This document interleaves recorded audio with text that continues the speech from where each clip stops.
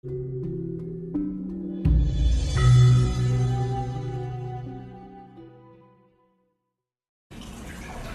lihat pohon cemara roboh gara-gara angin besar? Jarang tuh.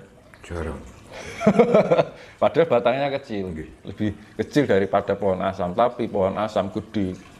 Tapi ketika kena angin, tekanannya kena sekali gitu.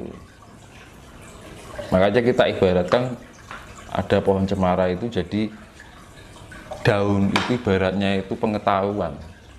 Jadi kita pengetahuan ini nggak usah terlalu banyak-banyak dan nggak terlalu banyak cabang gitu loh. Nanti akhirnya nggak ada ujungnya. Padahal dia misalkan orang punya pondasi yang kuat, batangnya yang kuat, tapi tetap aja roboh. Kalau pengetahuan kita terlalu banyak, terlalu bercabang-cabang, tapi nggak ada ujungnya. Baik, kalau cemara itu dia daunnya hanya intisari, jadi kalau pengetahuan itu diambil intinya. Jadi intinya gini, jadi simple gitu loh, tapi pas, simple tapi pasti gitu. Jadi ibaratnya ini dalan tol, nggak perlu belok-belok. Nanti kita bisa mencapai menuju tingkat kesempurnaan ya. Kesempurnaan kita belajar meditasi, jadi kita benar-benar sampai pada tujuan, visi dan misi meditasi itu sendiri. Jangan sampai kita melakukan hal akhirnya nggak ada ujungnya, cuma sia-sia kita belajar. Karena gini, kalau kita modal doa atau doa prihatin, kadang kalau nggak dilatih dengan meditasi dan yoga itu kurang, menurut saya kurang. Jangan modal melek bengi ya, kadangkala meditasi yoga itu untuk melatih tingkat kepekaan, terus melatih panca indera untuk menuju indera keenam yang sifatnya lebih lembut, dilatih terus. Saya kan melatih ini kan udah lama, jadinya kan dulu ya saya bertahap dari bawah, level bawah meningkat gitu. Jadi bisa merasakan prosesnya gitu. Kalau kita sudah bisa merasakan prosesnya, enak nanti. Mas, bagi orang awam Mas, bagi orang awam yang belum mengenal tentang meditasi, seperti apa yang dikatakan Mas Yunus tadi, bahwa orang kalau sudah mencapai titik puncak meditasi kan akan mengalami ketenangan. Ya. Terus kalau orang awam Mas, yang belum pernah mengenal dunia meditasi, untuk mencapai ketenangan sendiri itu caranya bagaimana? Harus tahap Mas. Jadi tahapnya ya, makanya saya untuk pemula gitu coba ajar melek bengi, cara mandi. Itu proses awal Mas. Karo merenung. Nanti lama-lama nanti terarah dengan sendirinya. Terus sambil kadang-kadang kan kalau belajar kan, kalau meditasi itu pikirannya masih terbawa ya, sana sini. Terus nggak apa-apa, dilatih terus sampai kita merasakan sifat-sifat yang halusinasi. Itu wajar, nggak masalah.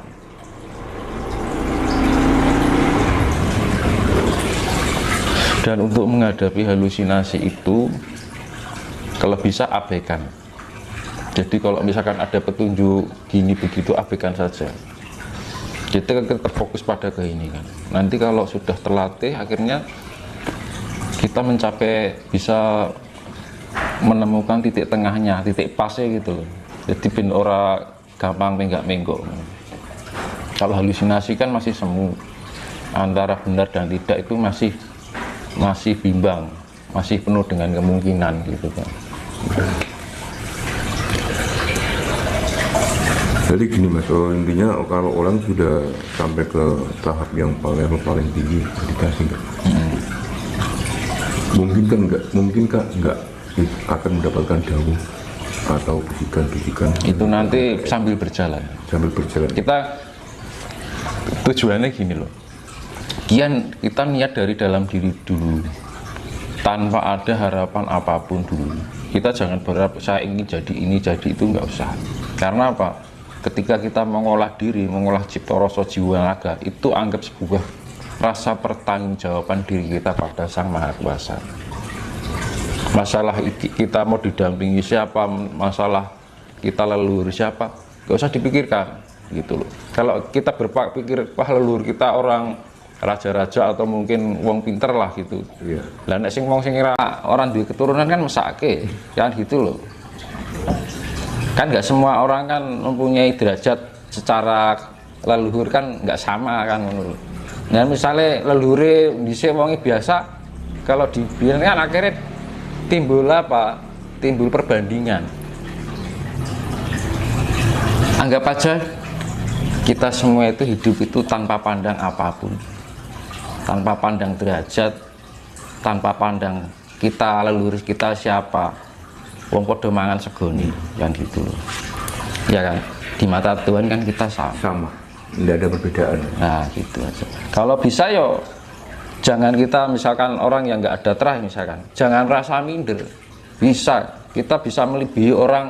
Kenyataannya ya Pak, yang bisa mungkin yang terarahkan ke spiritnya itu nggak semua orang terah bisa kok. Kadang-kadang hanya berapa cucu atau berapa keturunan yang bisa, yang lain juga saya goodbye kan terbawa oleh faktor keduniawian kan itu. Kadang-kadang orang yang bukan terah aja dia lebih bisa mendalami. Nah itu Tuhan itu tidak memandang apapun, cuman kadang-kadang dari mungkin olah leluhur kita, mungkin mbah-mbah kita yang kita dulu guntur tapani banter, lah itu akhirnya nurun, ada genetika yang menurun yang namanya seperti reinkarnasi atau menitis kan gitu. Perbedaan reinkarnasi atau menitis bukan perbedaan, itu persamaan.